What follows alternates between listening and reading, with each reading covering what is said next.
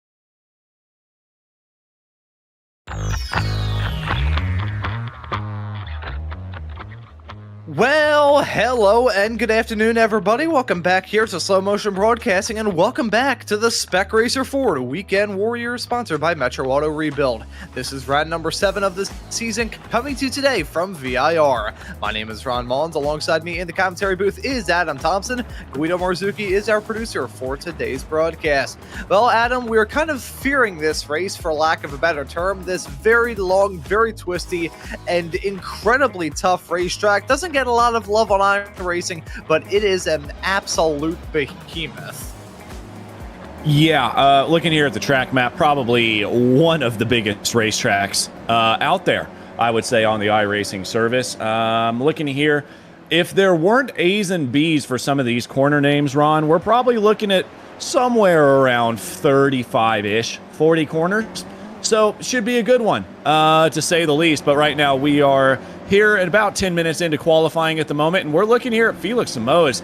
Okay, something else we got to mention here. Qualifying especially, massive slipstream racetrack. So obviously you need to catch as much slipstream as you can in qualifying. It looks like their two teammates here working together at the moment here to get some slipstream there. And that's why Kane Halliburton not sitting at the top of the leaderboard.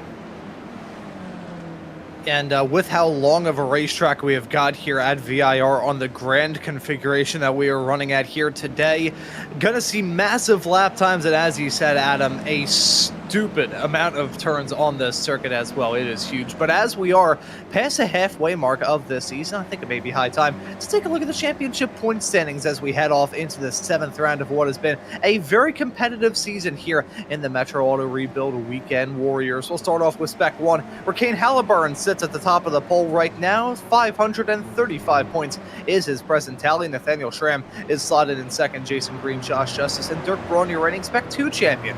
Complete your top 5. We'll take a look now at Spec 2. Speaking of them, where Alexander Gorson holds on to that top running spot right now. 427 points is his tally. Matt Thompson is slotted in P2 with Ben Rycroft, Paul Jackson, and Dmitry Lukanov, the standout star from the Formula Fords in the Spec 2 class, completing your top 5 there. And now we will look at Masters, where Jörg Monty is top of the moment. 358 points a tally. Chris Thorpe slotted in second. Brad Cathcart, Kirk Nunez, and Antonio Reese complete your top 5 in the Masters category. So that's how it looks in all of our championship points as we head off into the 7th round of this incredible series, this incredible season that we have had up to this point. And as we are still rather early on in this qualifying, once again thank Metro Auto Rebuild, the sponsor of this season. When it comes to repairing your vehicle after an accident, you'll hear a lot of different terms thrown around, like aftermarket or reconditioned parts, blend within the panel, spot refinish, direct repair program. The list really goes on and on.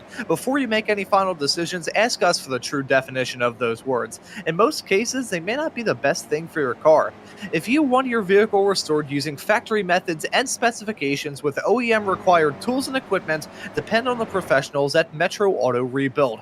We'll give you an honest answer about the repair process, your rights, and your responsibilities. You want someone who's there with you every single step of the way, and you can count on Metro Auto Rebuild to be with you there. We'll get you on the road safely, timely, and with our guarantee that you will love our workmanship. Please let us answer any questions you have about the repair process. We're here to answer your questions about estimates, insurance company coordination, and billing, as well as rental car coordination too. Visit our website anytime at metroautorebuild.com. We'd like to thank Metro Auto Rebuild for sponsoring this season of Spec Racer Ford Weekend Warriors action. With all the business taken care of, Adam, we can switch off into this qualifying session, which has 7 minutes left, which usually is a lot of time, but on this behemoth of a racetrack, it really is not. It's not here, and a driver that I think we should probably go on board with. Well, you know what? Why don't we do it with Kevin Adrian here? Good work there by the producer here. Looks like Kevin Adrian is a... Never mind. We're not doing that. We're going to wait. Who are we doing, Guido? Okay. Well, if we're waiting for someone to start the lap here, we can go to Dirk Braun here. He's about 4.8 around here, so hopefully Dirk can get one more lap. No, we're going to go Antonio. See, my producer doesn't listen to me, guys. That's fine. So we will go ahead and go on board with Antonio Reese here, about to start his what looks like 5th lap here. He's going to be in the lead of this train at the moment, but we're actually, Manfred Floor looks like is in the pits right now. But yeah, Antonio Reese down the straightaway here. Very long straightaway, about to come into turn 1, also known as the horseshoe. You're going to want to, this is going to be a very difficult braking zone. You're going to see a lot of people go very wide through here. You can see Antonio getting just a little bit loose there, but he keeps it on the inside of the racetrack. You're going to want to open this turn here. Technically turn 2, you really don't have to go as low as Antonio does. You want to open up turn 3 right now, though, because now you're coming into the bendy bits, as Joshua Wilkie likes to call them so much. Now through turn 4A, through turn 4B, also known as the left hook of turn 4A, through turn 4B, now 5A, now 5B. You see when I'm mentioning a lot of A's and B's, this is what we're going to have. Now through the snake, he just went through that. You can see there on the track map, looks a bit like a snake. A little bit. Now still going through now turn 7, turn 8A, turn 8B, and now through turn 9. Just very, very fast. Left, rights. Now through turn 10, the south bend. Hey, this is iRacing says it, so can I. Going through turn 11 through turn 12. The oak tree used to be up there. It's not there anymore. Antonio gets that perfectly. You got to be super careful through there. You carry a lot of speed in through 11 and 12. Down the back straight. Now into turn 13, which, I'll be honest, is appropriately named, Ron. It's turn 13. He's now going through bitch. Don't yell at me. iRacing has it on there. I can say it. Turn 13, you can see why it is aptly called that. Very, very hard braking zone after a very long straight. Got to get it turned right. You can see all the elevation changes here as well. Now through 14, 15A, 15B now through turn 16, guys. We are only halfway through this lap, and we're still going. Like I said, probably around 35-ish corners. Now 17A, 17B, 17C, and 17D. Now we're going to go through, finally turn 18 right about now. And now we're going to go through 18B. And then we're going to go through turn 19A. Okay? Now through 19B. Now he's going to finally hit roller coaster on turn 20. So that backstretch, when he turned right through turn 13, normally just goes straight into roller coaster. It does not. So turn 20, turn 21 here. Now turn 22A, turn 22B, now through turn 23 of hog pin. Finally down the front straight, Ron, and we finally complete a lap around VIR North Grand. Or sorry, VIR Grand West. My bad. I can't even say that I'm figuratively losing my mind. I'm literally losing my 17 A, B, C, D, E, F, G, H, I, J, K, L, M, N, O, P. Why? What? How?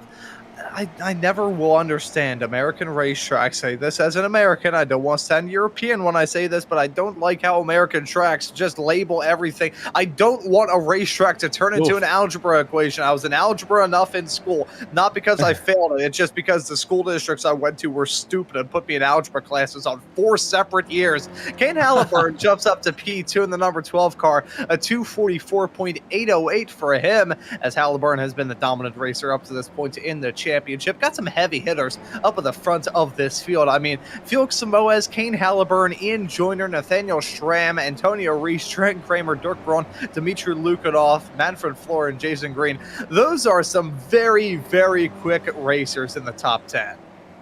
Yeah, they are. And speaking of Ian Joyner, we've got Marcus Adams in the chat here rooting on Ian Joyner. He goes, so far, cute P3 for Ian, yay for the Brits. We'll see if Ian can hold on to that. There are a lot of slipstream occasions and slipstream sections where you can hold on, but there's a lot of very technical parts on this massive layout of VIR that you can get it wrong and lose it. And if you lose the draft around here, Ron, I must say, I think you're in trouble no matter if you're very good and in the top 10. Yeah, now if you lose a draft, even though the back straight is about, I would say, roughly about 2,000 feet shorter than it should usually be. I think that's definitely a high ball. We'll say 1,500 shorter than it usually is. I'm not. You can still land an airplane on it.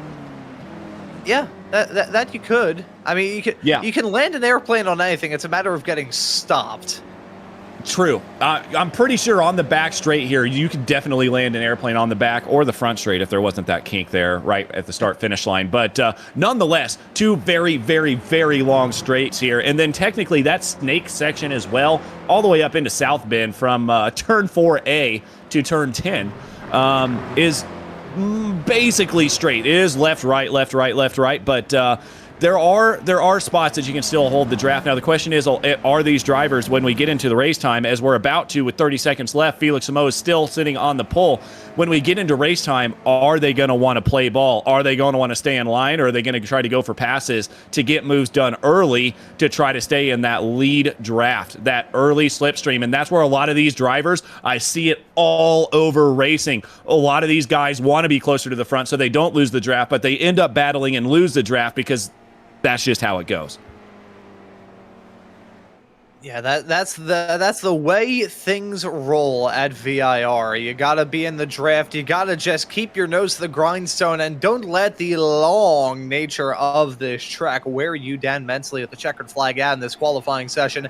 Now, we ran into a similar problem to this where I think it was a Spec race, a Ford race being held at the Nordschleife on the combined layout with the Grand Prix circuit, where qualifying does usually run a heck of a lot longer just because the lap times are 2 minutes and 45 seconds, even for your pole sitter. So we may be here for a little while, even with that checkered flag out, but this is the last opportunity that many of these racers, well, all of these racers have at setting a time. Jason Dunnington about to head his way across the line here in the 088 machine. Let's see what lap time he can set here. I'm not even going to pay attention to the paint scheme because that was a meme from when I was in middle school that is still burned into my head.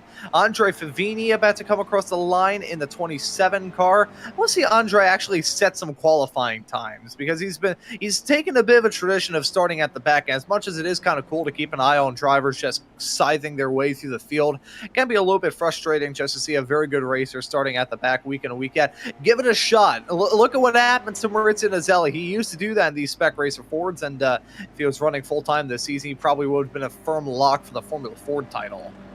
Yeah, absolutely, 100%. So it's good to see most of these drivers actually going out there and setting lap times. That's the one thing that just kind of irks me, and it's no offense to anybody that does it. Just really does not make me happy when people don't try to go out there and set lap times. Just causes issues for everybody in the field that are all trying to run their own race. So good on all these drivers trying to set lap times here at the moment. And right now we are looking at Paul Jackson coming around the racetrack now, almost there. And it's looking, we still have a few drivers on track here. We've been now qualifying for 2 minutes past 20.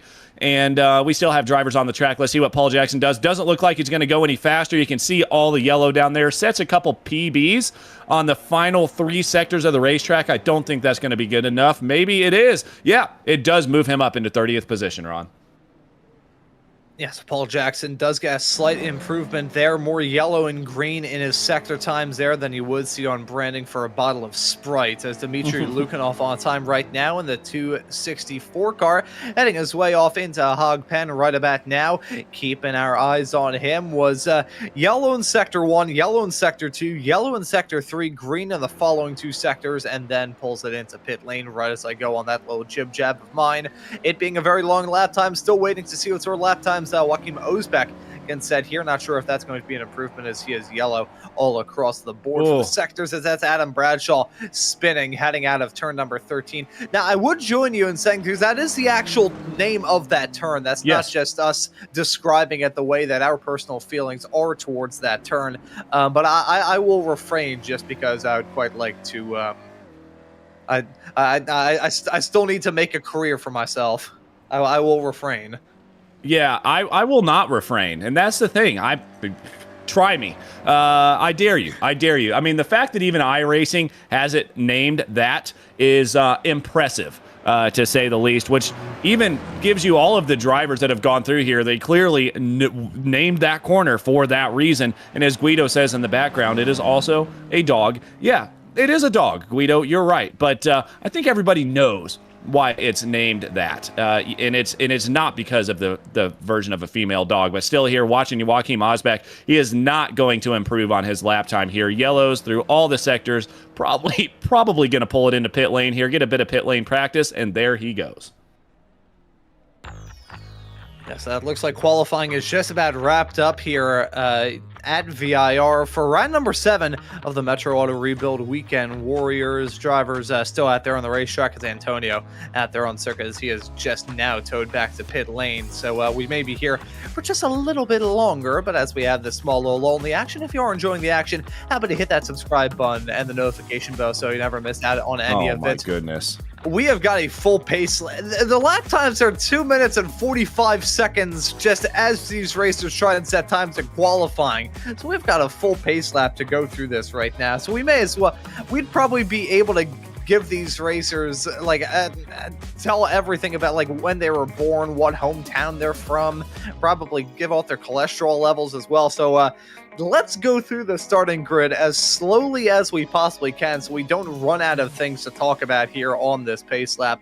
It's going to be Felix Samoa starting this race from the pole position. Sets a 2 minute and 44.696 as his pole time. He will be joined on that front row by Kane Halliburton, who has had pretty good fortune thus far in this season off the back of multiple wins. Gotta look to try and keep that streak rolling here at VIR. Ian Joyner, a past champion of the Formula Ford Weekend Warriors, will start this race in 3rd. He's done pretty all right for himself in these SRFs, and nice to see him out here on the racetrack. Alongside Marcus Adams, big fan Warriors. of Ian. Yeah, Marcus Adams already showing his support in qualifying, so we'll see what Ian can do if he can break through into victory lane today. Trent Kramer will start this race in 4th. Nathaniel Schramm will be in P5. Alongside him will be your Masters pole sitter of Antonio Reese. Dirk Braun will start in 7th alongside your Spec 2 pole sitter of Dmitry Lukanov. It's going to be Jörg Mani starting this race in 9th in the 925 car, with Manfred Floor completing your top 10. Yeah, we've got Antonio Reese up there, had terrible luck just a couple hours ago in the Formula Fords. How did he get from California to Virginia so quickly, Ron? Breaking laws. That is insane. He was just racing at Long Beach not even an hour and a half ago, and he's already over here in Virginia. That's impressive. So congratulations to a lot of those drivers. I mean, if we're looking here, Trenton Kramer did it. Well, Trenton Kramer crashed out a bit early, so it makes sense that he may have had maybe about 2 hours to get there. Ian Joyner did not partake in the Formula Ford race, but anyways, back to Antonio Reese here. Had terrible luck lap 1, turn 1 in the Formula Fords about an hour and a half ago. Hopefully that gets a little bit better. But we are on P11 now, Jason Green. And just in case you guys didn't watch the Spec Racer Ford race from last weekend, Jason Green is the whole reason that we mentioned meat so many times. So you guys are probably happy, and you're welcome, that there are no meat signs around here, so meat will not be mentioned. Meat will not be mentioned at all for the rest of the race. Meat. Chris Thorpe starts in 12th position. In 13th, we've got Daniel Wood from Mexico. Chris Murakami starting in 14th position. Andy Middleton and Steve Saunders going to be 15th and 16th. Kevin Adrian had a bit of an issue in the Formula Fords as well, starting in P17. Hopefully he has a bit of better luck here this afternoon, with Brad Cathcart in 18th position. Matt Thompson, Joachim Osbeck round out your top 20. Then looking right behind on row number 11, we've got Timo Nolte starting alongside Andres Svoboda in the other P22 spot. I think I got that right. First time in my entire broadcasting career that I think I've nailed down a pronunciation on the first attempt. Probably not. I'm just gassing myself up for no reason, gaslighting myself here. Josh Justice will start this race in 23rd. Alongside him will be Kurt Nunez. And looking right behind, we've got Rick Washone in 25th, Jason Dunnington in 26th. Michael Nelson will start in P27, Hugh Simpkins in 28th. Adam Bradshaw will start in 29th. Alongside him will be Paul Jackson. Stephen Tucker will start in 31st. Alongside him will be Elise Pleva. Flavio Andolo will start in P33. Andre Favini in 34th. And that will round out your starting grid here in this race. There have been some people who have asked how exactly my broadcast would sound if I talked in my regular speaking voice, and this is essentially what you would have. It's unnerving, isn't it? It is. It's very unnerving. You're very calm, and I don't think I like it that much, Ron, but we can go ahead and talk in my voice as well. So they are about to actually come through turn 13, which I'm going to say it again, known as bitch, and you guys need to keep watching this corner. I have a feeling as we get into the race, especially with the slipstream opportunity coming down the back straight, again, turn 13 is aptly named that, and I have a feeling we're going to find out why here when it comes race time, Ron. See, now what's tricky about this is now that I'm locked into my regular speaking voice, it's a little bit tricky for me to actually get into my broadcaster voice, so let me give this a couple more. All right, take two. Nope, okay. Nope, still not good. Oh, I'm going to blow up my engine. Okay, nope. I think we're good here. Alrighty, we're up and rolling. We're back in the broadcaster voice. Marvin the Martian makes his return here on this. I think that's the first time on a SMB broadcast that Marvin the Martian has come out there. So the more you know, I guess, the more you know. But Adam, this track, we've already talked about it being a behemoth, about 26 turns according to iRacing. A lot of them being rather infuriatingly marked off as A and B, 4.07 miles as the track length. This is potentially the longest track that we have from the entirety of the season. So wonderful time to have a full pace lap.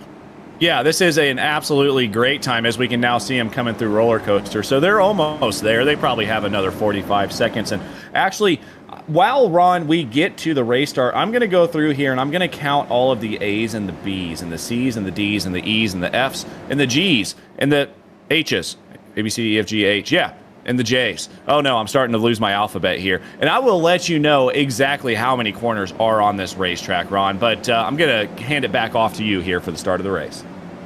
Yeah, let's get up and rolling here at VIR. It's the grand configuration, expecting a grand race here today. 34 cars, which is just about the same amount of turns that we have on this racetrack as the green flag is at, and the drivers are on their way. We're racing here at VIR. That infamous run down into Horseshoe of turn number 1. Such a good spot to get a move done, but can end in tears if you go for too gutsy of a dive at the very start of this race. Everybody keeping it smooth. Chris Murakami, I believe, with a bit of a lock-up as they head their way down into turn number 1, but pretty much everybody keeping it smooth, keeping it clean, and keeping it locked on their bumpers. The side-by-side racing going on right in the front of the field. Felix Moss and Trent Kramer duking it out for P2. Looks like they've single-filed out now into turn number 4. Everybody else going side-by-side as Kane Halliburton has jumped up to that front spot. He looks to try and pull away from the rest of the field as they head their way off into the snake here soon. 43 corners, Ron. 43 named corners around here, and you can already see, look at that terrain as they come down through the snake, through almost to South Bend now. They were shoving, pushing, doing whatever they could. I think they've all figured this out very quickly, that they're going to have to stay in line and learn how to get along with each other. See, now you mentioned the as they were heading through the snake, how long the train was going. Imagine if snakes, instead of getting wider whenever they grew, they just got longer. That would be disturbing, having like a 35-foot long snake that's about as thin and wiry as a tube cleaner. That would be... Move on, Ron. Move on. That would be very odd. That's a bad mental image for me to get out of my head. Anyways, let's get back up and rolling here. My goodness. I think that was Felix Moss getting spooked into running wide as Ian Joyner, I think, may or may not have forgot the fact that we're running on this grand configuration and went so far deep into that corner, I think he nearly ended up in DC. Hey, Ron, what corner was that happened at? That was turn number 13, named after a female dog. Yes, yeah, that was the bitch corner, and we can see exactly why it is called that now. We saw 2 drivers at least go wide, and we weren't even watching the back of the field, but as of this moment, that has helped Kane Halliburton now maybe get out to a bit of a lead. Trenton Kramer might still be in draft range. He's about 9/10 of a second back off of him. But yeah, it's going to be interesting to see what happens to the rest of these drivers as Felix Samoas is back down there now. P6 lost 5 positions there. Look at all these drivers now coming through the roller coaster as well. There's a lot going on right now, Ron, all the way through the field, but they look to be pretty nose to tail. I haven't seen any massive wrecks. Yeah, everybody keeping it smooth at the start of this race. Bad time for me to say that, as going up and down, up and through the grass and bucking up and down like a bucking bronco there. That was Svoboda heading off through the final few turns, ran off into the dirt. This track is old school in the sense that you got a lot of grass runoff area. Goodness. Much like the grass in my backyard, it is far from smooth, as here we go, 3-wide action, heading down to turn number 1. Keep an eye on Josh Justice, a real-life Spec racer, Ford racer. He's running smooth at the current moment, trying to get a move done to jump his way up into P17 with Chris Thorpe on the inside of him as they head their way down into turn number 3. Not able to get that move done, but keep an eye on Josh. He always runs smoothly here in these SRFs. He does, but he is getting absolutely swallowed up right now. He cannot get single file here, which is probably annoying him just a little bit. Everyone racing him, and I mentioned this at the beginning of the broadcast, everyone does just want to kind of file in, get nose to tail. The question is Trenton Kramer going to do the same thing? Knowing Trenton, knowing his real-life experience, he probably will, but look at everybody coming through the snake right now. Field all still packed in, not a lot of gaps growing, although the top 2 have broken away, which is a little bit surprising. And I think it all started with this moment from Ian Joyner Yeah, you can see him just going way deep in there.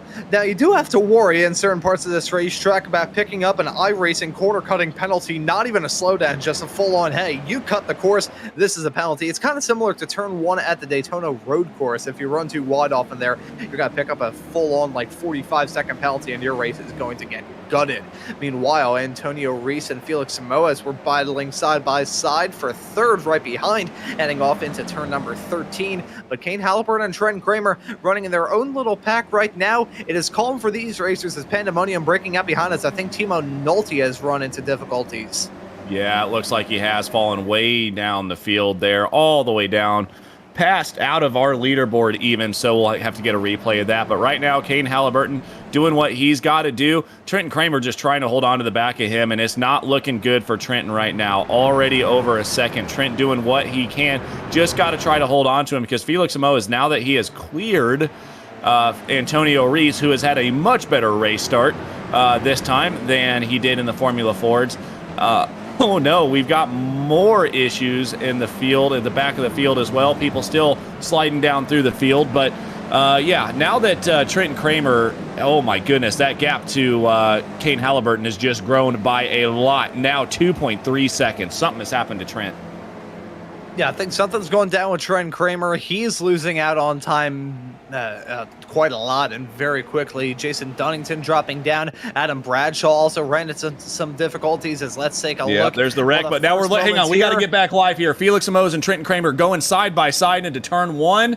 And it looks like Felix Samoas may have the best of Trenton Kramer for now. It looks like Felix did just get around him. Antonio Reese now the driver that's going to be trying to get around Trenton Kramer. Trenton has lost a lot of time for some reason. Something is going really, really wrong there with that number 20 car of Trent. But everybody still now, again, nose to tail apologies to the producer there. Just barely missed an overtake as we were watching some more argy-bargy going on behind them.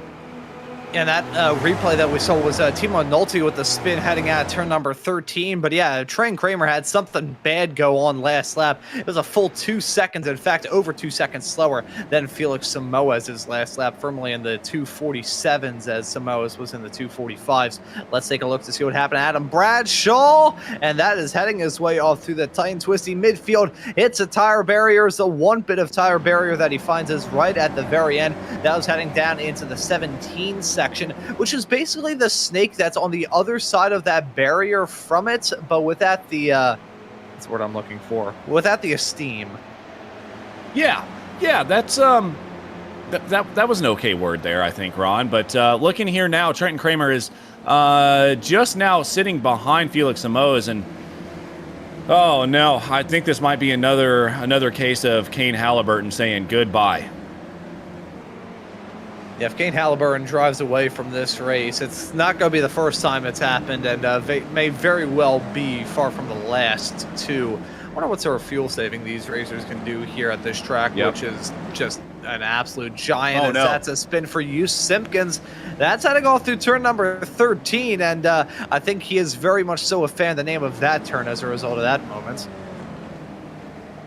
Yeah. A lot of those drivers have been caught out by that corner, and again, like I said, it's aptly named. But Kane Halliburton now 3.1 seconds ahead. Trenton Kramer just sitting behind Felix Samoas now. I mean, it's just insane watching that interval, that gap grow. He's gone. It's insane. Over 3 laps. Yeah, it's been 8 minutes. Already up to 3.2 seconds now. Just unbelievable. I mean, I'm sorry I keep talking about Kane Halliburton, but to watch a driver in a field like this do what he's doing is insane. And Halliburton just running smooth and clean up at the front of the field, and even with an off-track moment coming out of Hog Pen, I'm going to play that up and be like, oh my God, he's starting to struggle. He's leading by 2.8 seconds. I think he can afford to do a little bit of lawn mowing. Just be careful about those incident points. They can strike here. How many turns did you say we have on this racetrack, Adam? It was in the 40s. And including the A's and the B's, we've got 43, Ron. That is ridiculous, and lots of opportunities to pick up incident points with simple off-track excursions, missing an apex, and running wide on this narrow circuit. So keep an eye on everybody throughout this field to try and keep it clean throughout this race. There's side-by-side battling going on here between Andy Middleton and Kevin Adrian. This is a battle for 15th, as Adrian has been able to jump into that spot. Now Middleton going to have to worry about the pressure from Aleix Pleva and Daniel Wood running right in tow. Yeah, looking here at Andy Middleton right now. Right behind him is Aleix Pleva, who has gained 15 positions, qualified there in the back. Don't even know if he said a qualifying time, and we're not going to go there. But Aleix Pleva, nonetheless, we know he's a quick driver, up into P17, up 15 positions right now, Ron. Yeah, that is rather insane. That is a fantastic race so far for him. Knowing my luck, though, I jinxed him, and he's going to crash and probably hit one of the honey buckets around here in the not too far off future. I think this track per capita probably has the most amount of exposed porta potties here. You can hit them rather easily. May very well see that with the burn them up wreckfest at the very end. As Pleva going to try and get another spot, P16 for the driver behind the wheel. That 46 car is side-by-side battling going on right behind. That's close between Joachim Osbeck and Chris Thorpe. That's the battle for the final two spots. Inside the top 20 is Matt Thompson, going to be all over the back of them as they head their way out of 13 through 14 into 15A, B, into 16. We don't have a 15C. No, we do not. But Felix Samoa has something has happened to him as well. I wonder if he had a bit of a slowdown here, Ron, as well. Maybe the same thing happened to him that happened to Trent Kramer. Looking at the massive, I mean, this is crazy. Just looking at the SDK live timing, you can't even tell what happened to Felix Samoa. As you do know, Trent passed him though, and Felix has fallen way back into P6. Yeah, so Felix had a running wide moment hanging down into turn number 17. That bit of the racetrack is rather disorienting.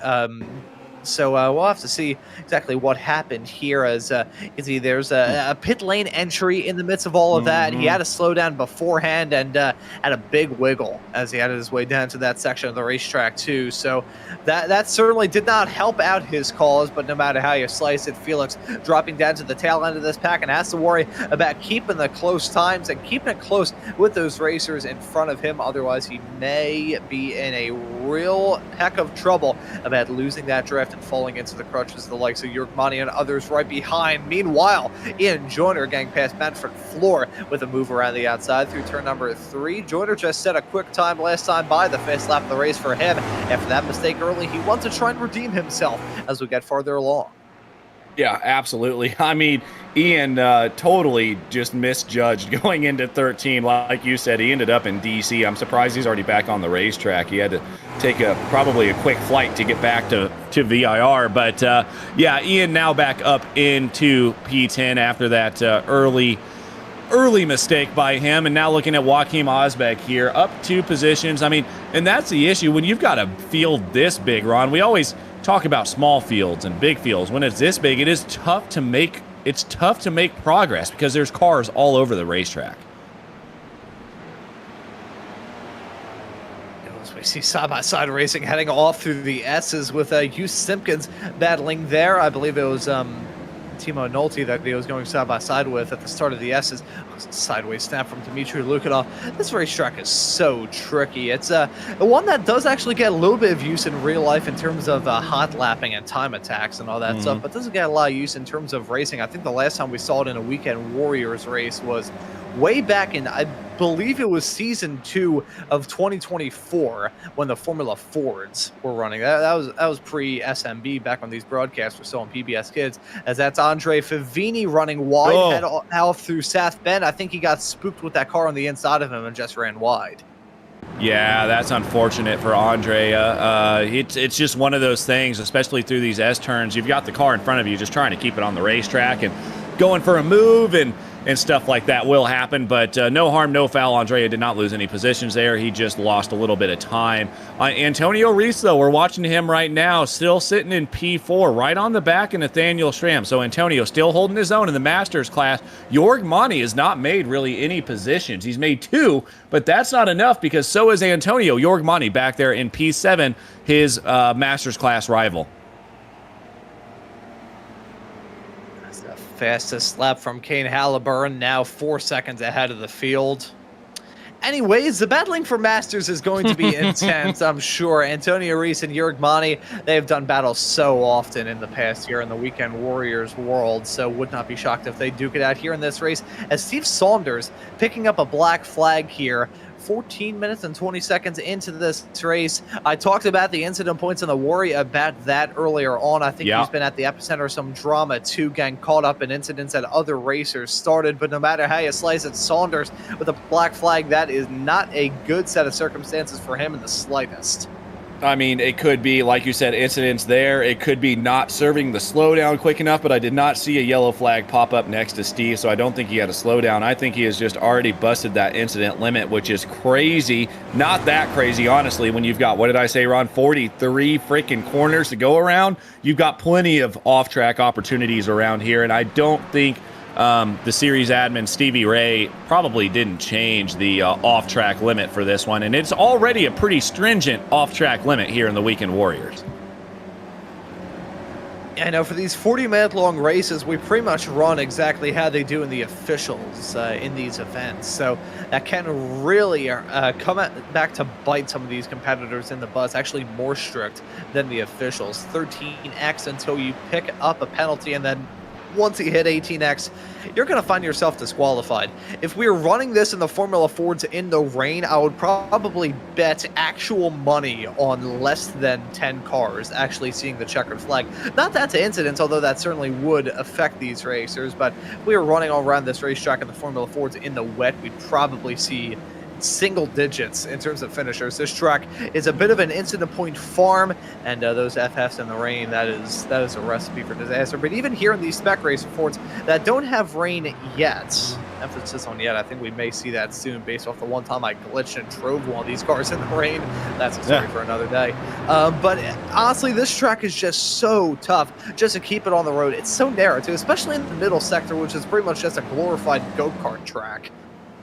Yeah, so to the producer here, we do have Marcus in the chat still mentioning Ian Joyner. Thank you, by the way, Marcus, for giving away a race that I was probably going to watch one of these times, but nobody look at the chat if you don't want to see what happened in Sao Paulo today. But nonetheless, Marcus does think that Ian has 25 minutes, plenty of time to get back up to the podium. That's going to be a big ask, I will say. When I say that, though, really up to Jason Green is 3 seconds. So I could see him getting to Jason.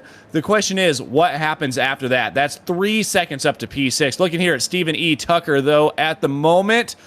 Oh, going through roller coaster. There it goes. There it goes.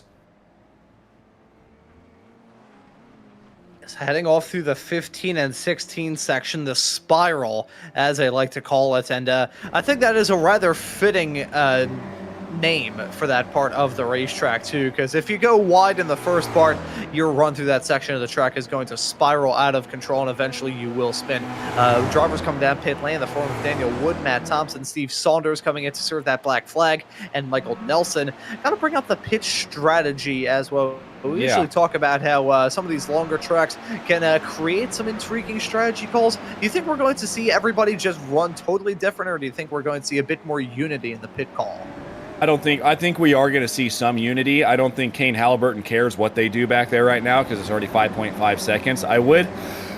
Oh, that was a terrible time to have a sneeze, but I would say, thank you. I would say that a lot of these drivers do want a bit of unity in the pits because you want to come out and still want to be in a slipstream. But I say that, and I'm looking up at 5.5 seconds to Trenton Kramer right now, and I don't know if the slipstream, I don't know. I really don't know. I would say if I was a driver in this race right now, I would want to come in with somebody that I know is around my pace that I can stick with, and maybe we can not as much get to P1 as it is defend from the players behind, or from the drivers behind them. Yeah, that's a good point that you bring up there, Adam. I think this track is one where you have to be on offense and defense at the exact same time. You have to defend from everybody. You also have to try and take what you can get. I feel like that's usually the case here in these Spec Racing Fords, just period. These cars produce a unique style of racing because they're a unique car on the iRacing platform. There's really nothing like it.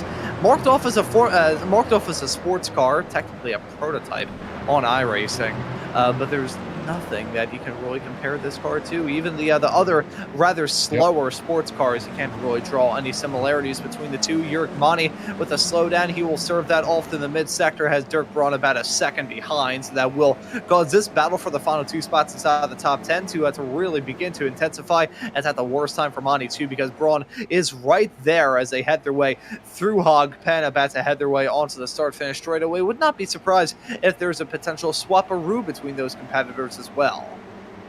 Yeah, we'll see what happens there for sure between Dirk and Jorg, but Jorg's still trying to fight to get back up there to Antonio Reese, who right now is running a perfect race, sitting P4 right now overall, P1 in Masters. Antonio doing everything he's got to do. Watching Rick Washone, though, now going through roller coaster, and there he goes. We see that a lot when that backstretch is used to full capacity. Haven't seen it really as much today, Ron, but there is still an issue with roller coaster, to say the least.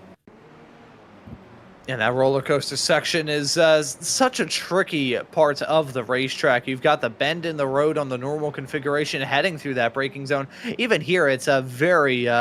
there's a lot of undulation in the road, even on this configuration of the circuit, as Andre Favini learning that lesson the hard way, spinning off on the exit of the turn, finds a gap in the barrier, can get turned around without any further incident, but that will still affect his run here in this race. Worst time to get the hiccups is on the air. Stephen Tucker, I think, just picked up another black flag, this time on pit entry. Yeah, Stephen, his race has gone from bad to worst, but just to shout out the producer once again for proving me wrong. I mentioned not seeing many incidents in roller coaster, and Guido just had to go to the next incident in roller coaster. So thank you so much, Guido, for proving me wrong. Sitting back there making me look like a fool as through bitch goes Felix Emozi, goes wide again. Sorry, the delivery of that was absolutely fantastic. As Trent Kramer also went off the track too. Let's see as they head their way into turn number 13. I think everybody, there's got to be some sort of oil slick down there, because there's Trent Kramer, there's Felix Mose. We're also hearing from Guido in the production truck that Aleix Pleva has gone off that racetrack as well. Let's take a look at this here. Heading down into turn 13, just carrying too much speed through on the exit, and around he's going to go. Runs wide, hits the curb. Nothing too bad. Of the moments we've seen heading off into turn number 13, that may be the lightest. And just to kind of break away from that and touch on the point that you said, Adam, I say this as someone who's done production work myself, and you've produced as well. All producers know that producer's job not only to bring the action to life, hit the cameras and the buttons at the right time to make sure everything looks as good on these streams as it does. Another job in a producer's MO is to make a commentator look stupid. Yes, and Guido is very good at that when it comes to production, especially when it comes to me. For some reason, he's got a vendetta against me, but that doesn't matter right now as we see Antonio Reese and Trenton Kramer going to battle now. It looks like Trenton Kramer has gotten around Antonio Reese. It looks like Antonio may have had that position for a minute. So Antonio almost up into the top three, back down the front stretch again. And we got more battles here with Kevin, Adrian, and Chris Murakami going at it. And the battling going on. As Pleva goes wide. Field, yeah, Pleva runs off the track one more time, as that is going to cause him to get involved in this battle too. Kevin Adrian, Chris Murakami, and Josh Justice all looking to run together. Drivers with some very unique backgrounds in that train of cars, all going to be battling out sooner rather than later. We jump back to the battling up in the front. Nathaniel Schramm at the front of this train, as Trent Kramer had that running wide moment, has dipped down to third. Antonio Reese, your current Masters leader, is slotted in fourth, with Dimitri Lukanov, the rear gunner of this train. Rounding out your top five at the moment as Felix Mose and Ian Joyner were involved in this battle earlier, where Joyner had that moment hang down to turn 13. Felix just had that moment into turn 13. Turn 13, very much so living up to its name. It absolutely is, and we're going to have to see how these drivers do it this time because Antonio Reese is now sitting right on the back of of Trenton Kramer. Nathaniel Stram in the chat, we see Salima saying, "Go Nates." I would assume they're talking about Nathaniel Stram sitting up there in P2 right now, holding his own against these drivers behind him. Everyone makes it through there finally without a lockup. Turn 13, I think I talked too soon. It's Dmitry Lukanov spinning around, coming out of turn number 13, and that was the racing gods hearing us and say, you know what, we're going to do you one better. Lukanov spinning out of a top 5 spot. He's still holding on to that Spec 2 lead, but it is a far less comfortable lead now as he has that slide heading through. That was going around for so long. That was a 16,000 year long spin. Rejoins right behind Jason Green and is slotted in 8th. You have to go back now to Kevin Adrian to find your next competitor in that Spec 2 category, only 5 seconds back. So that's really going to put Lukanov under pressure as we get closer to the end. Here's Paul Jackson with a moment hang down to Oak Tree of turn number 12, running wide through that part of the racetrack off into the dirt and the grass and the gravel that isn't really there on the outside of 12. He goes off the circuit, rejoins without any further incident, slotted in P20. You know, we've got turn number 13. I think we should name some other turns around this racetrack, some different names as well. I vote that turn 15 in that entire section should be called PETA. Why, Ron? You know what PETA stands for? Yes. Pain in the ass. Oh, that one. Yes. Okay, I see. That PETA. I thought you were going somewhere else with that, and I was wondering why. Is that another issue from Felix Samoas as well? I think that very much so was, as Trenton Kramer has been able to overtake him, I think, in the midst of all of that as well. Actually, no, it was Ian Joyner overtaking him in the midst of that. So Felix Samoas has come down pit lane, along with a massive chunk of the field as himself, Jason Green, Dirk Braun, Antonio Reese came into the pits too, Dmitry Lukanov, everybody heading through pit lane. This is going to be crucial for these racers. A black flag for Felix Samoas and a black flag as well for Paul Jackson. So both this racetrack is coming to kick these drivers in the hind end, and the pit police are too. Yeah, it's just going from bad to worse right now for Felix, unfortunately. Paul Jackson with that black flag as well. You can still see him sitting in the pits. They're definitely speeding in the pit lane. So they're going to have to sit there for a while before they come back out. And you can see what that's done to the leaders as well. A lot of drivers came in and came back out. Antonio Reese now back in P7. Looking at Kurt Nunez going for a move. Looks like is he going to outbrake himself going into 1? He definitely is. Every single part of this racetrack is going to be these drivers' biggest enemy by the end of today. I think we've already seen.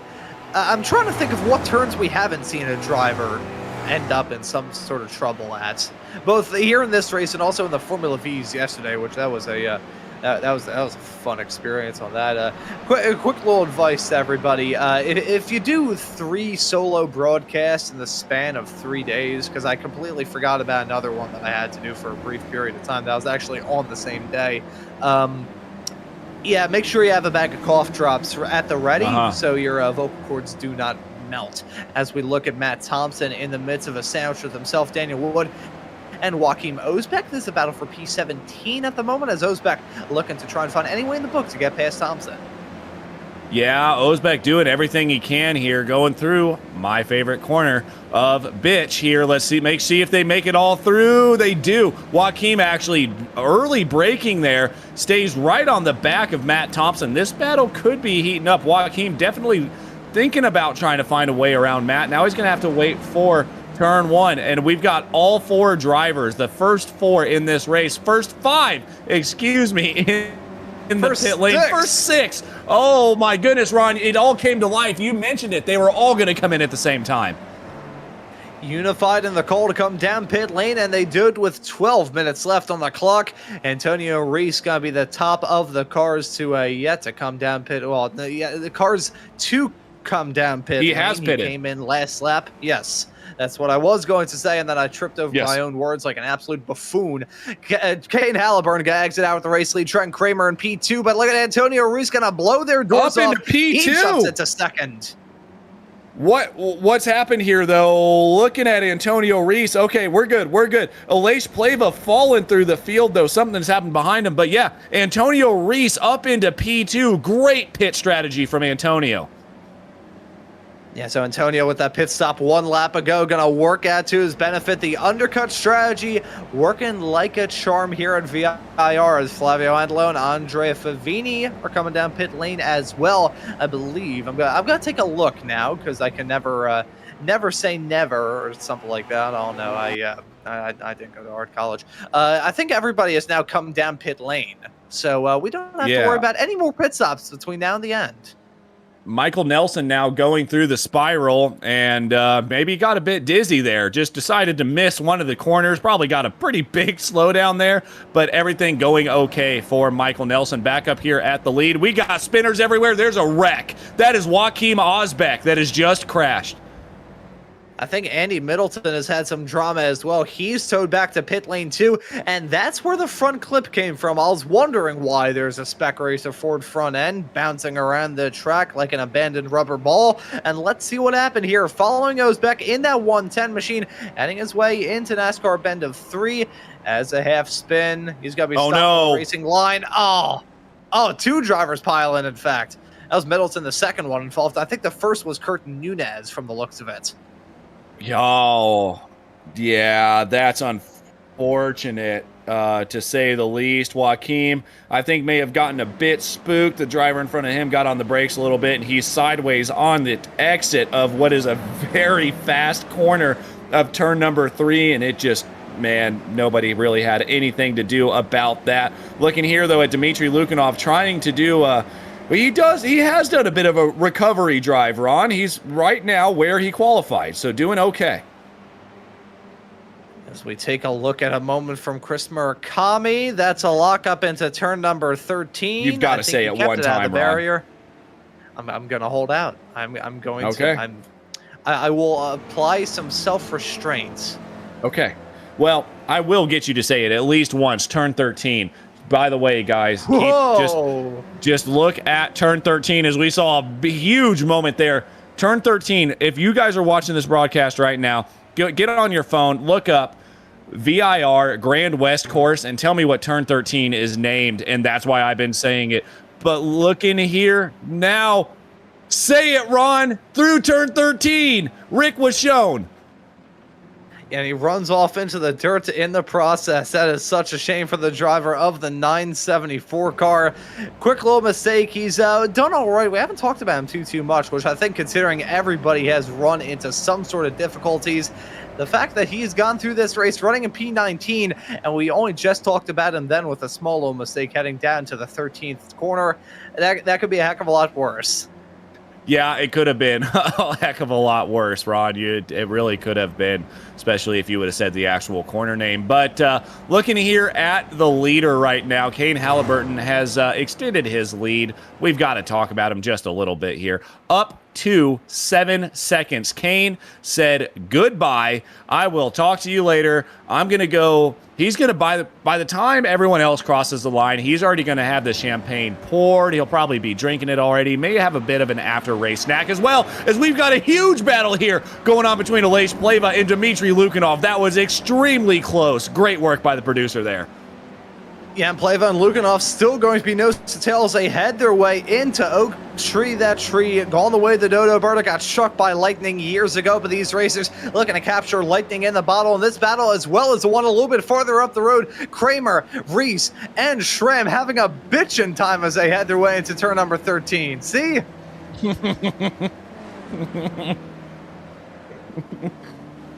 All right. That's all you're going to get out of me. Oh, that was pretty good. That was pretty good, Rod. You got me there. You got me there. But look at this. This battle is still going on now.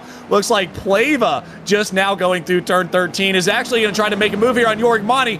That is a very difficult spot to do, and it's not going to work out, Pleva. No! Oh, that was a terrible spot. Look at Jorg! Oh, I think Josh Justice may have actually dodged that. He's picked up a slowdown. I think he may have gone away with some Matrix-esque moves to avoid that spun car of Jörg Monty. There's a contact into the spiral, and let's see this. Oh, there was a contact. slight tap.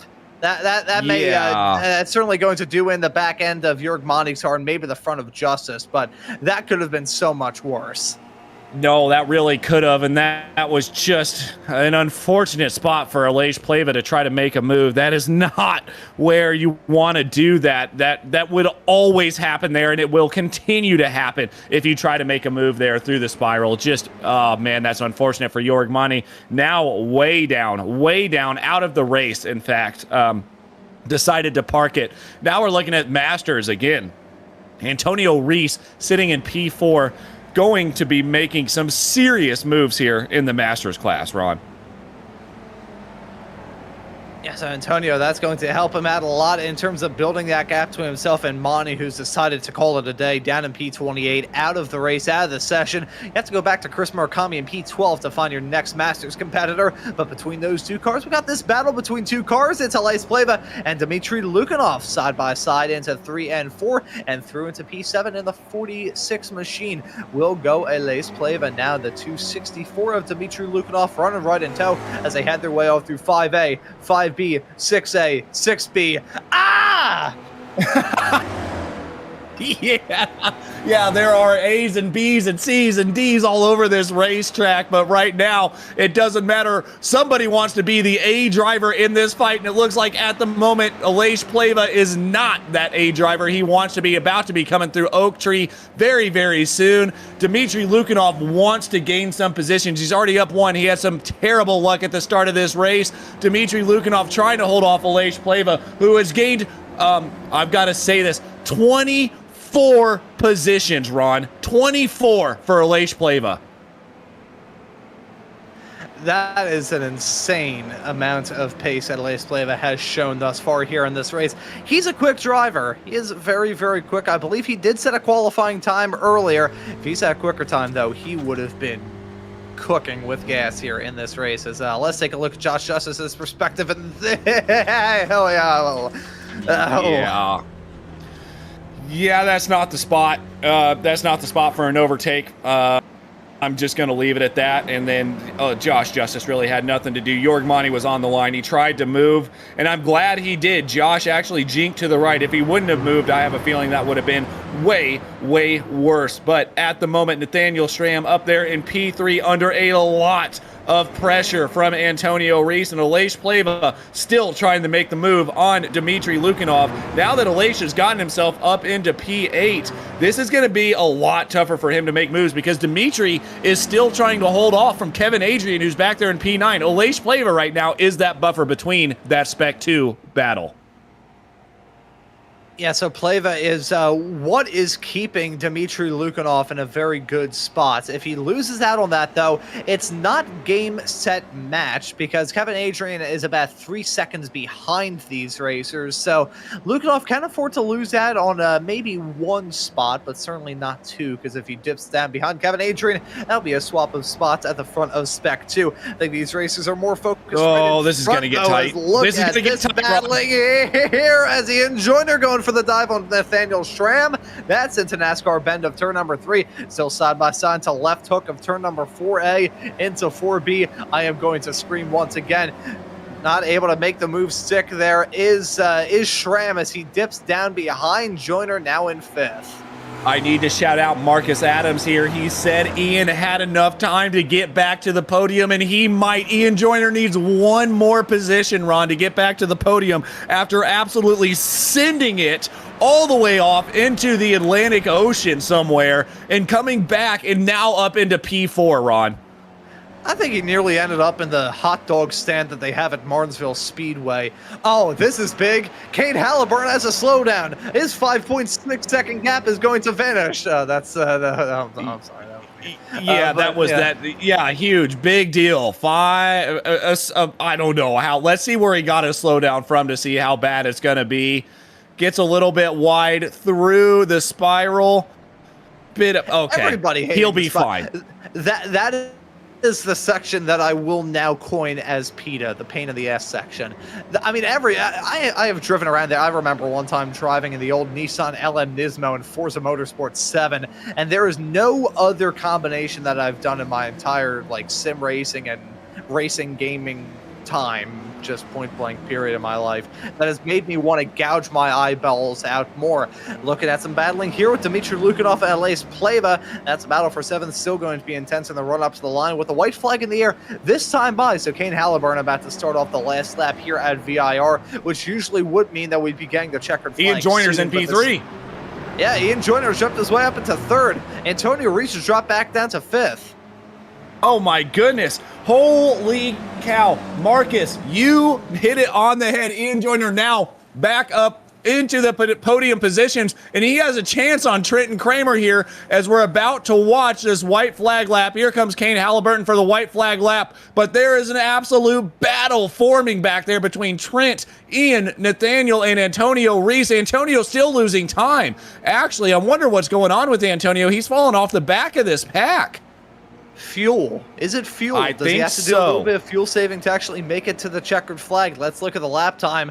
That's a 2:47.2. That is slow enough whereby, unless there is some like minor mistake that caused him to drop back, that may have potentially been fuel saving here. Looking at some battling with Elias Pleva and Dmitry Lukanov as they head their way into turn 1 for the final time. Look at Pleva sweeping around the outside. Will Lukanov make this move stick? Will he hold on to P7, or will Pleva have this spot once again? They get close to making contact at a 1.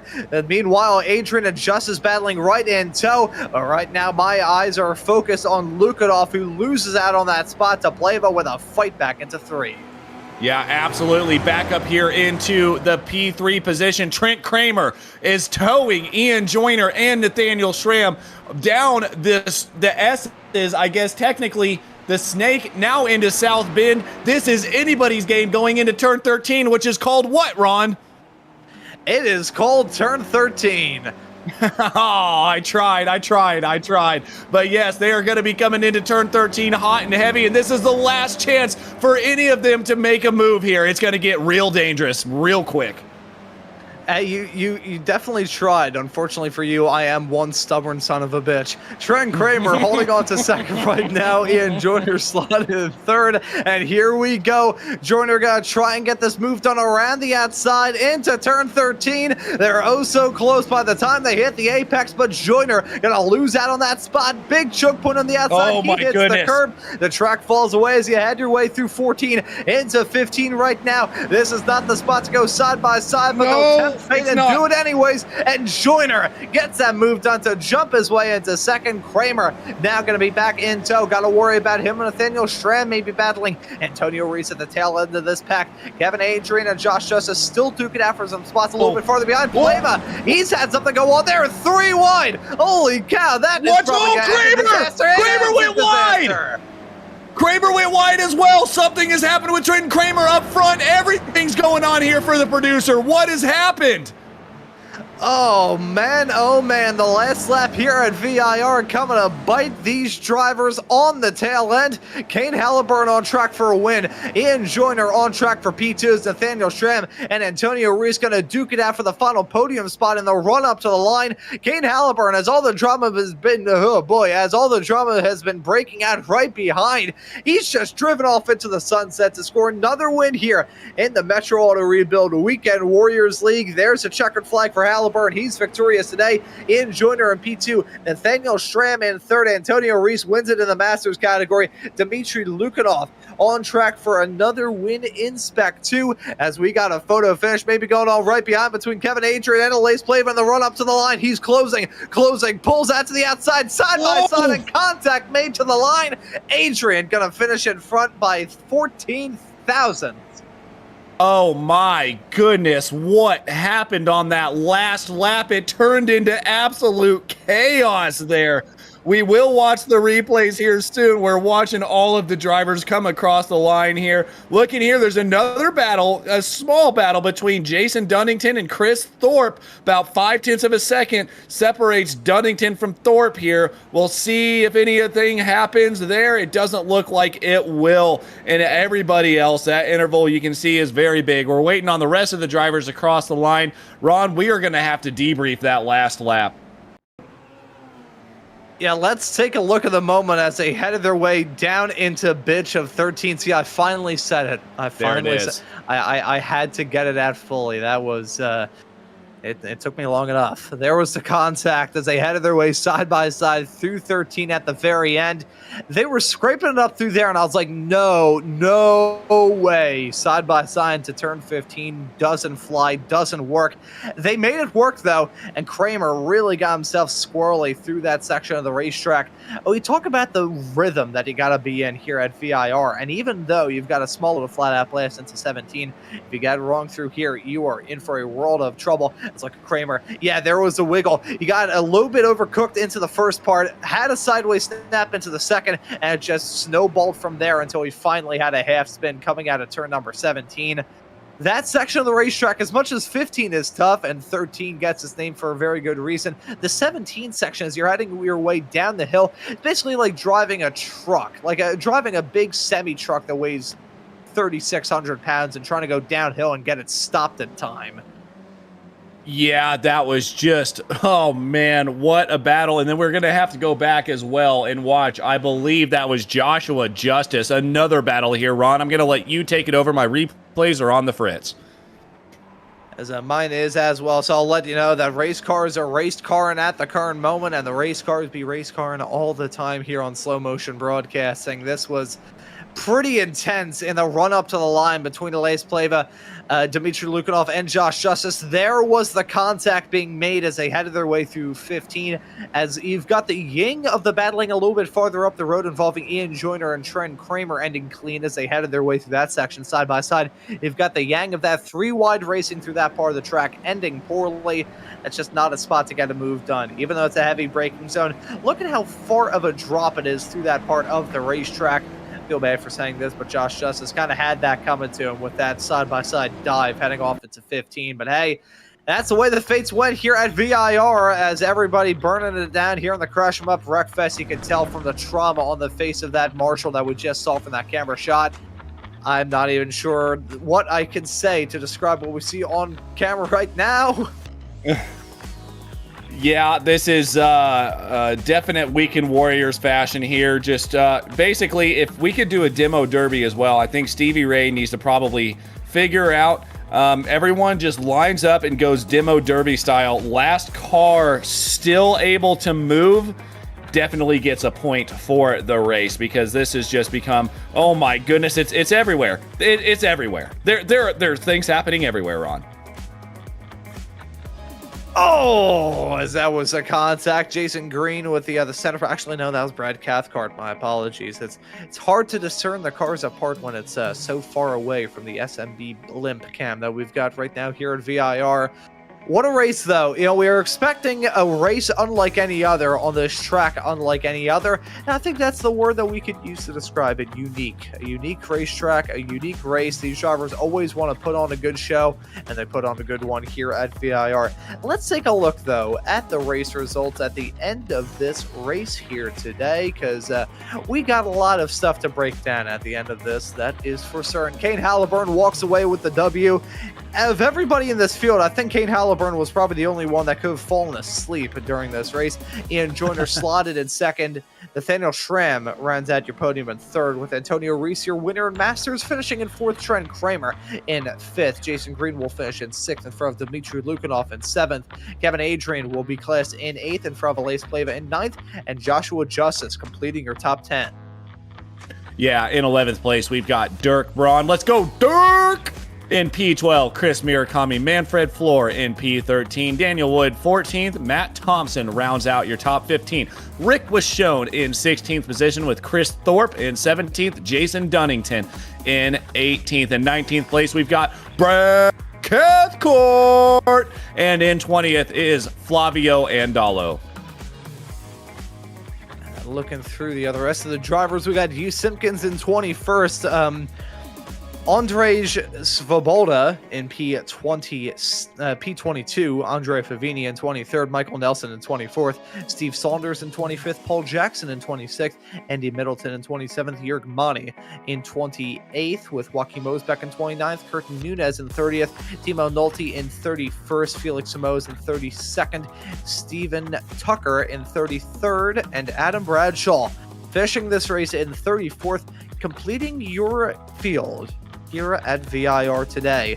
Looks like we have some drivers waiting to have a chat with us though, Adam, so I will let you get the interviews up, rolling, and ready to rock, and ask who you want to have a chat with first. It's going to be this man right here. Ended up finishing in P4 first in the Masters. Antonio, welcome back to the broadcast booth. It's been way too long, my friend. Yeah, same here. I was missing you as well. Oh man! So at this moment, with your profile picture today, Antonio, you are now known as 00 Tonio. That's good. I was waiting someone baptize me. So, Antonio, congratulations, buddy. We were talking about your Formula Ford race just a little earlier on. Did not work out as well as you wanted it to. Your championship competitor in that one, Jörg Mani, ended up finishing on the podium. This time, though, well, not on the podium, and finishing in P4. You guys swapped almost evenly, Antonio. This time, you end up finishing P4 and taking that fight to Jörg for the rest of the season. Yeah. Unfortunately, I couldn't do a few races because of some other schedule was keeping me out of the Sunday Weekend Warriors races. But as soon as I can get back and race together with the guys, I just have a lot of fun. But yeah, still battling for the championship winning. You got Sorry, it, Antonio. No, it's totally fine, Antonio. You were in a battle the whole time. There was never a break for you between yourself, Trenton Kramer, Nathaniel Schramm. Ian Joyner comes in at the end, Antonio. When you look at someone like Kane Halliburton, who had just pulled away, did you ever think you had a chance, or were you worried about what was happening around you that whole race? If I could stay on the draft on the first lap, probably I would try to keep the draft with him. But I think Trento was thinking the same, but somehow he lost the draft from. He did. I think it's hard to keep up with the Halliburton. It's Halliburton. Sorry, Halliburton. Yep. I don't think I have pace enough even to keep up with the drafts, but I would try. Well, you did a pretty good job, Antonio, to say the least. Come home P4, winner of the Masters class by quite a bit, to be honest. I'm looking here. Looks like, I believe Rick Washone comes home P16, is your closest Masters competitor. So congratulations on that, Antonio. Anybody you want to thank or shout out before we let you go? Yeah, to you for the broadcast guys, Guido and Ron. And as you don't have to thank Guido. Guido, no, the Italian.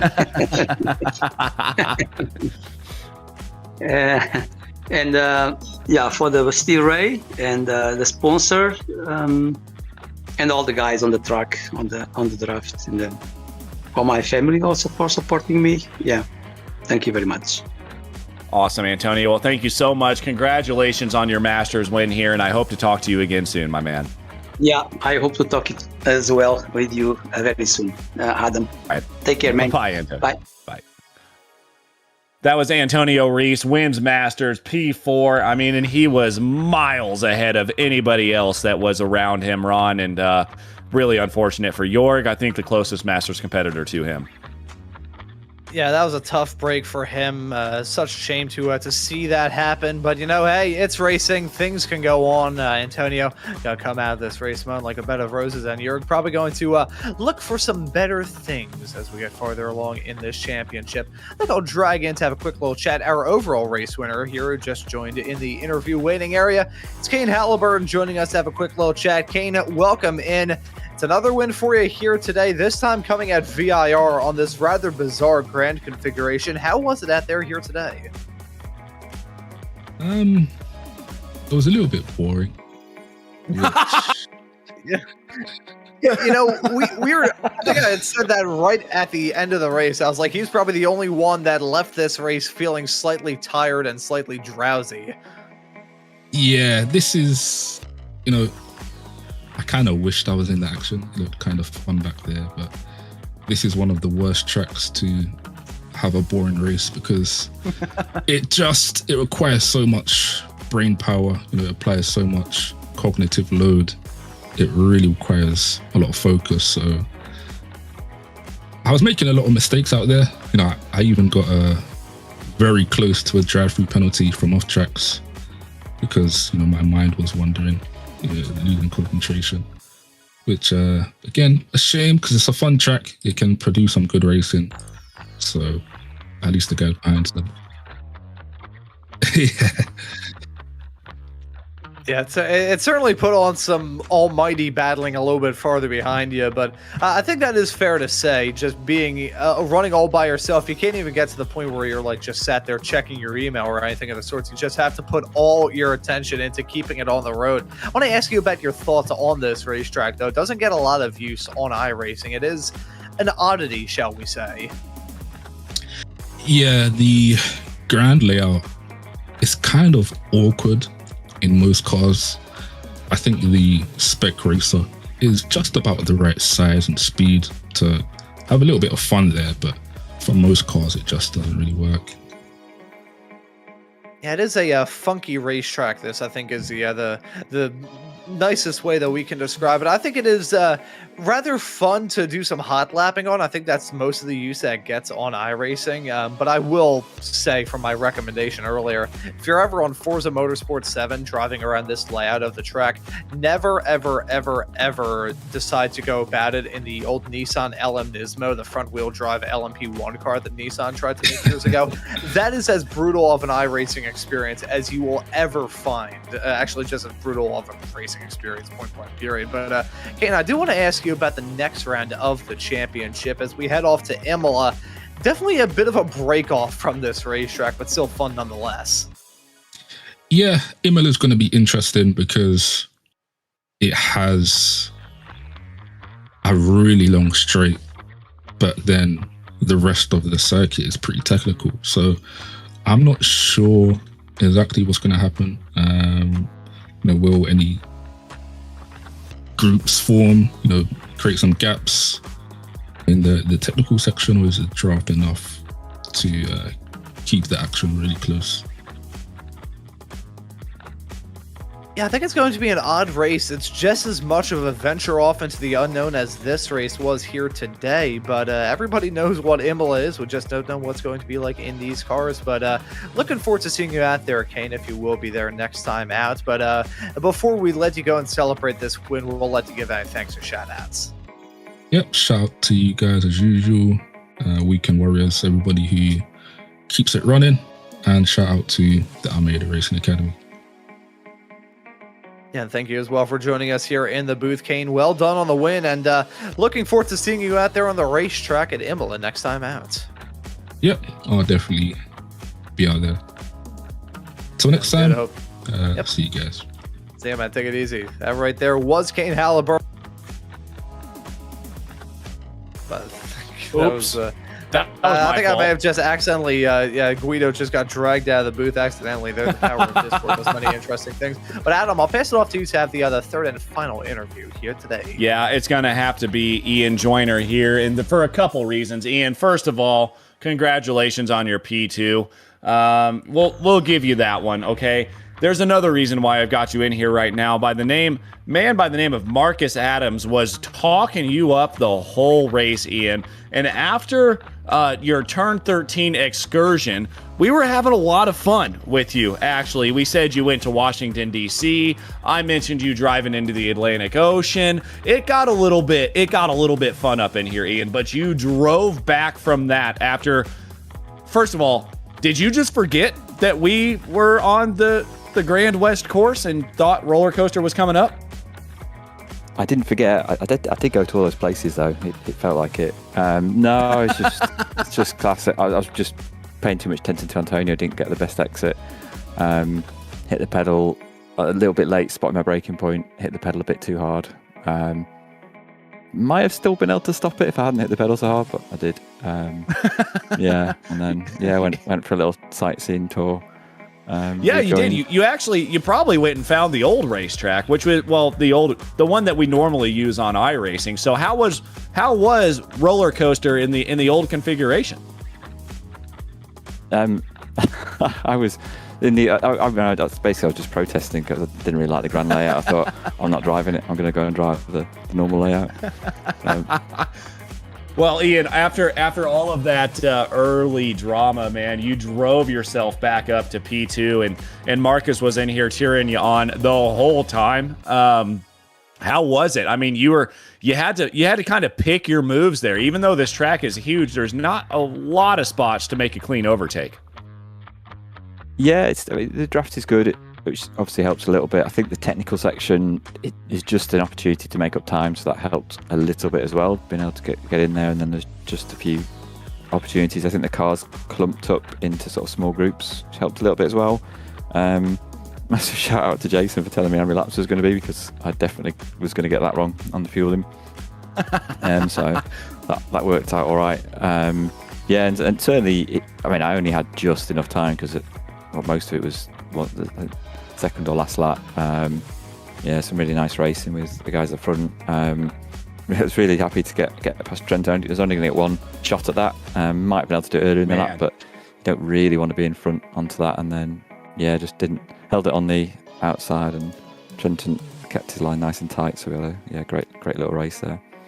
Yeah, I do want to mention that as well. That battle between yourself and Trenton and Nathaniel. I mean, you were still in that little pack. And was there ever a thought where you were like, "Uh-oh, this might end very badly," or did you have the confidence to be able to make the move without ever worrying about that? Because Trenton did get it wrong right after you got around him. Yeah, no, I definitely feel for him with that. I don't think that the hairpin isn't too bad. The corner that we won't name is because it's quite open. There's a fair amount of space. I was a bit more worried that we're still side by side coming to the next corner down the hill, but yeah, we survived. So that once I was through there, I thought I was in a reasonably good chance from that point onwards. So yeah, it was a great fun race. Got to give a shout out to Marcus. So Marcus is one of the people I first started sim racing with. He doesn't really race so much anymore. If I know him, he almost certainly would have just watched. I was talking to him about something else and just sent him the link to the stream, but he almost certainly would have watched the Grand Prix, had some red wines, and then been enthusiastic in the chat. So shout out. He was all of that, actually. Ian, you hit the nail right on the head there. He did mention 25 minutes is more than enough for Ian to get back to the podium, a bit like somebody else that did some things in the race today, which I will not give away on air, even though he gave it away in the comments, Ian. So for what happened there in the GP, but congratulations, Ian. Anybody else you want to thank or shout out before I let you go? Shout out to you guys, of course. I would look forward to watching this one back. And yeah, thanks to the league. Thanks to everyone. It was really fun being out there. Cheers all. Yeah. Well, make sure to watch the Grand Prix back before Marcus gives away all of the results as well, Ian. But congratulations, buddy. I hope to talk to you again soon. Cheers, guys. Speak soon. That was Ian Joyner. Ended up coming home P2, Ron, with I think one of the best drives of the day. Yeah, it was a darn good drive for me and Joyner. The comeback after that running wide moment, hang down into turn 13. Works out good for him, walks away with a darn good result here today for round number 7 of the Spec Racer Ford Weekend Warriors, brought to you by Metro Auto Rebuild. Visit metroautorebuild.com to learn more about the wonderful sponsor that we have here. And we're going to ignore the voice crack there. But Imola next time out, that is going to be a wild one. Yeah, we go from one wild racetrack to another. There are a few sections through there. We've got more A's and B's, I believe, in Imola, even though you mentioned that the Americans don't name corners well. Well, hey, Guido, neither does Italy. But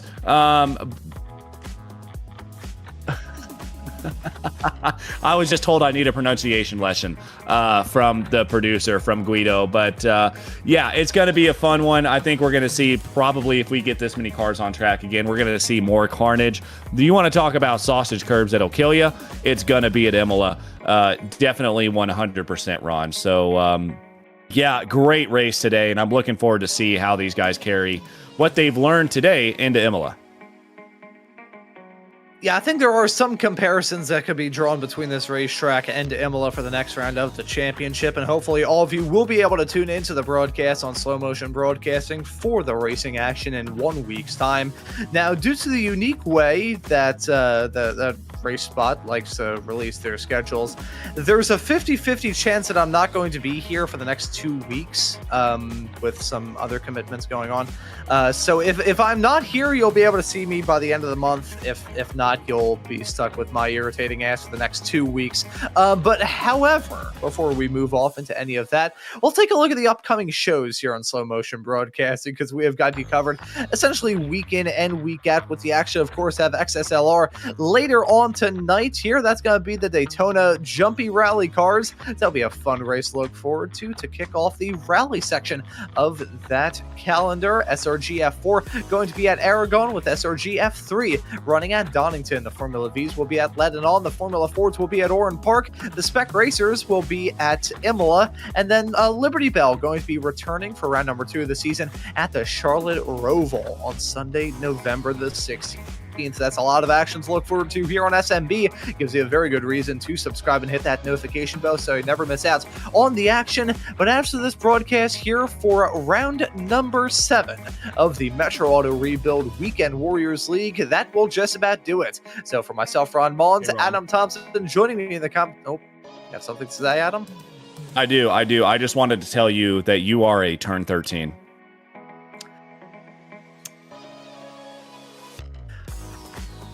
We'll see you all next week. Good night.